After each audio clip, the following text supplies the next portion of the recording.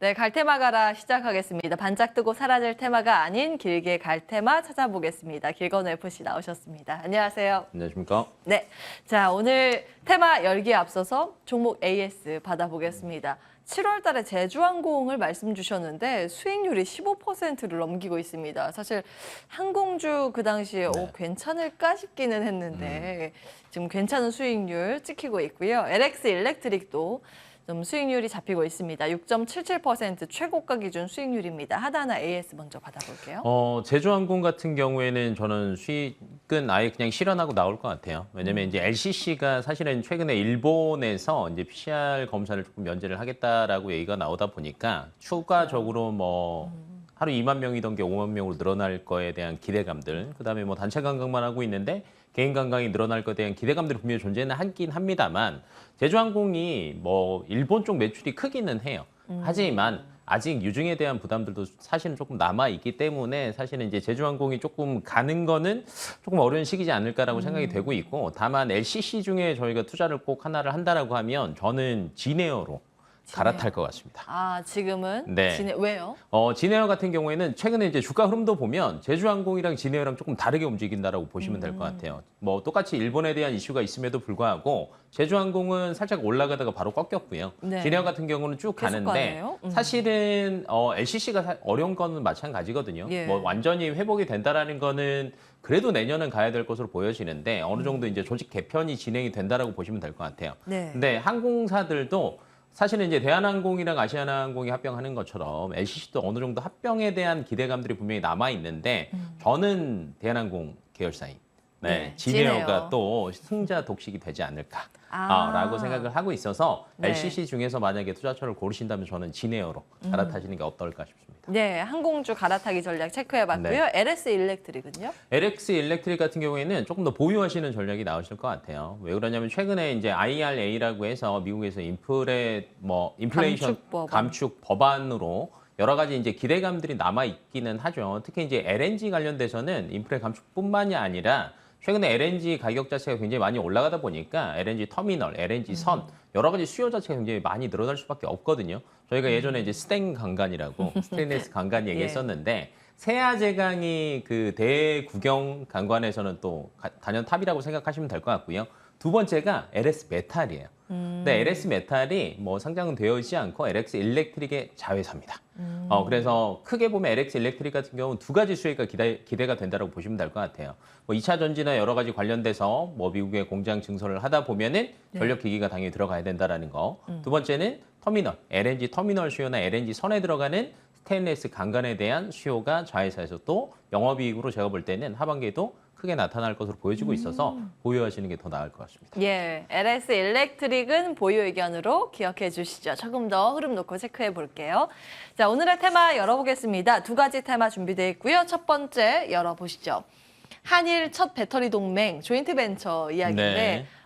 우리나라 LG 엔솔과 일본의 혼다 소식입니다. 이제 미국에 공장 짓겠다고 조인트 벤처 설립을 하면서 오늘 2차 전지 배터리 소부장이 같이 움직입니다. 셀 3사도 흐름 좋고요. 어떻게 봐야 될까요? 2차 전지 같은 경우에는 당연히 길게 본다라고 하면 무조건 좋다라고 생각을 하셔야 되기는 하는데 이제 이 안에서 조금 저희가 염두를 해둬야 되는 거는 최근에 어찌됐건 IRA 관련돼서 여러 가지 혜택들에 대한 세부에 따라서 웃는 회사가 있고 웃는 네. 회사들이 있잖아요. 현대차 같은 경우에는 말 그대로 돈까지 쏟아 부었는데 이건 뭔가 속도의 말로 네. 너무한 거 아닌가. 너무한 거 아닌가라는 얘기가 나올 정도인데 이제 사실은 그 안에 세제 혜택의 세부적으로 내용을 본다라고 하면 아직 확정 전이긴 한데요. 이제 중국에 대한 제재는 여전히 진행이 될 것 같아요. 2차 전지 쪽에서도. 예. 세부 내용은 뭐냐면 배터리 원 소재 저희가 여기에 들어가는 뭐 리튬이나 망간이나 여러 가지 소재들이 있을 건데 여기에 대한 사용 제한 항목이 추가됐다라고 보시면 될 것 같아요.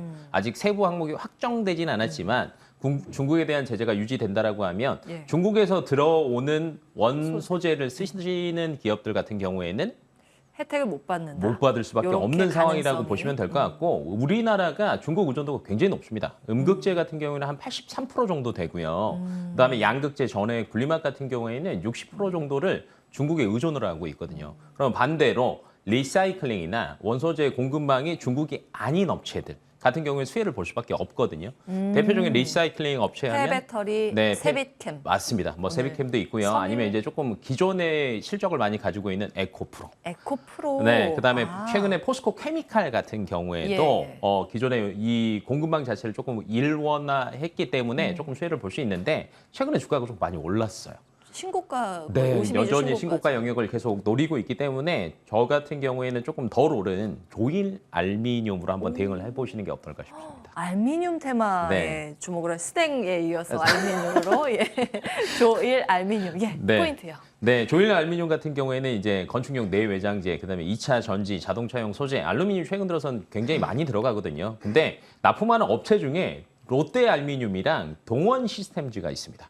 여기 알루미늄 판을 공급을 하는데 예. 롯데 알미늄은 롯데 케미칼이랑 미국의 양극 박 생산 기지를 설립을 했고요. 그다음에 동원 시스템 같은 경우에는 원통형 배터리 캔을 생산하기 위해서 신공장을 또 착공을 했거든요. 그래서 이 업체들이 계속 투자를 한다라고 하면 수혜는 조일 알루미늄이 볼 수밖에 없는 구조다라고 생각하시면 될 것 같습니다. 예. 제가 이제 스탱이라고 했더니 바로 유튜브 채팅창에 올라와 있어요. 이제 스테인레스에 대해서 네. 그때 포인트를 재밌게 좀 잡아주셨는데 네. LS 일렉트릭에 이어서 네. 오늘 조일 알미늄 잡아가고 있습니다. 가격은 어떻게 해야 될까요? 가격 자체는 최근에 그래도 주가가 어느 정도 살짝 눌러져 있거든요. 그래서 저는 지금도 매수하는 것도 나쁘지 않다라고 보여지고 있고요. 예. 목표가는 한 3,000원. 대신에 이제 손절 라인은 조금 짧게 2,000원 예. 정도로 대응하시면 좋을 것 같습니다. 좋습니다. 네. 요즘 이렇게 원소재 주목을 많이 하시는데 관련 기업들이 정말 네. 주가의 흐름이 좋더라고요. 맞아요. 예. 좀 잘하고 있는 기업들을 계속 체크해 나가는 작업이 필요해 보입니다. 숨은 기업 오늘 조일 알미늄 챙겨봤고요. 두 번째 테마 열어보겠습니다. 자, 이제 원전 이야기를 다시 해보겠습니다. 불기둥 뿜는 원전주. 지금도 사실 이제 거의 신고가 영역에서 움직이는데 네. 하반기는 어떨까라는 관점입니다. 오늘은 좀 쉬어가는 종목들이 많기는 하네요. 어떤 관점이세요? 앞에서 얘기 많이 하셨더라고요. 이제 사실은 원전에 대한 신규 수주에 대한 기대감들도 있기는 하지만 크게 두 가지를 생각을 하셨으면 좋겠어요. 신규 건설하는 거랑 수명 연장하는 거. 수명. 네, 그러니까 수명 연장하는 거에 대해서는 이제 대부분 생각을 별로 안 하시는데 예. 수명 연장하는 게 사실은 더 큰 돈이 들어간다고 보시면 될 것 같거든요. 그러니까 신규 건설하는 거는 지금 영국, 프랑스, 네덜란드가 진행을 하고 있고요. 수명 연장 같은 경우에는 독일은 원래 원전을 아예 없애려고 네. 했었거든요. 근데 최근에 바꿨습니다. 그렇죠. 스탠스를. 그래서 수명 연장을 한 3기 정도 하겠다. 그다음에 벨기에, 그다음에 미국 같은 경우에도 IRA 자체에 4년 동안에 그 수명 연장을 하기 위해서 60억 달러를 지원하겠다. 라는 혜택도 들어갔고요. 프랑스 같은 경우에는 원래 전 세계에서 원전에 대한 그 의존도가 가장 높은 나라가 프랑스거든요. 57기에 대한 안전 비용 자체 책정된 게 500억 유로입니다. 네, 그렇군요. 그러니까 어마어마한 예. 돈들이 이렇게 많이 들어가 있는데 왜 그러냐면 유럽 원전의 평균적으로 지금 사용 연한이 38년이에요.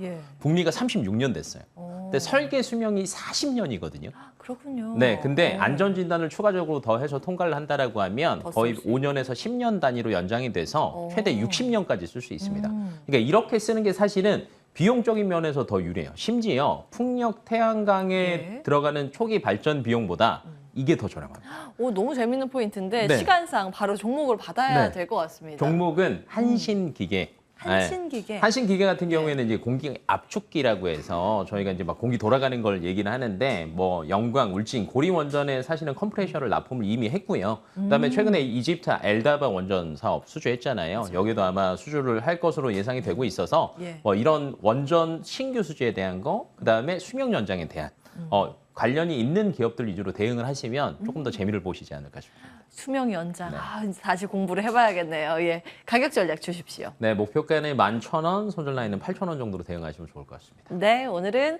원전의 또 다른 카테고리 그 안에 속편 같은 네. 걸 배워봤습니다. 한신기계 기억해 주시기 바랍니다. 한국투자증권 길건우 FC와 함께했고요. 여기서 같이 마치겠습니다.